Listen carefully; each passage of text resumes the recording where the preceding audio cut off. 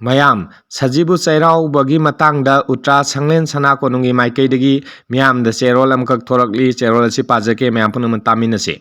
Sana konungi warol lamtagi thasiga Sajibu nonga panbaga punna pansinba asida miyamgi nungaitaba ama leire.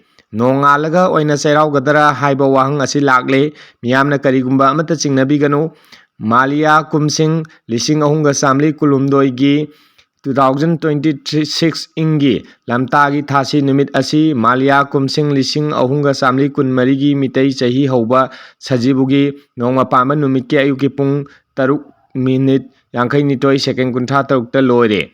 Iru sadengba laigi athen pot semba lainung sengdokpa wai teiba loini yare. Ima leimen sidabi laini tausana mai asini singba yungi mapal lai singi maira plus manam kachaba athen pona singba sing ayuki pung taruka mini yangkai nitoi second kuntha taruk tarabadi kachaba yare.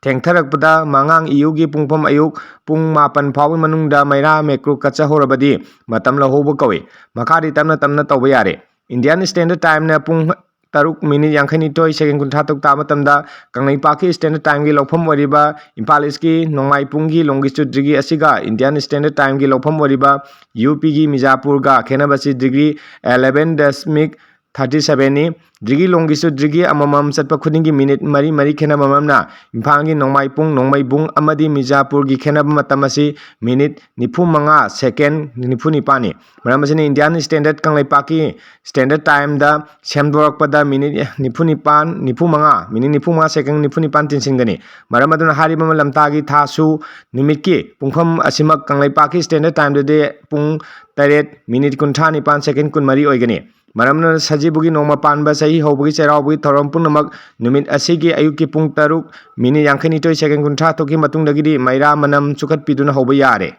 Sajibu nongma panba cheirauba asi numit sui sude waksing thada haugadabani haibana chingba tawriba punamak amuk hanna tawbiganu East Asia gi lebak ayamda mafam kayamarumda lunar year da sahi hauba ngaktane.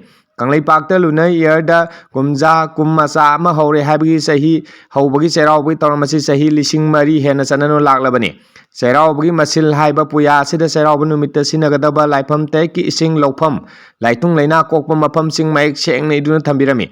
Hariba laifam sing asidagi chaichat solising ani kuntaruk ki Mas ki tang tranga lamtagi kuntarung ni panma nomaijing numit asidagi maichau loisang Ultra Sanglen sana konung amasung international salai punsipam gi apunba lining loising na iwanba haure. Hariba laifam taret asigi iru iseng asi kanglai paki manung amasung mapangi mitei taba mafam punamakta yonaba honajari. Professor NG Kangjia Mangang Maisau Puren Ultra Sanglen sana konung Impal.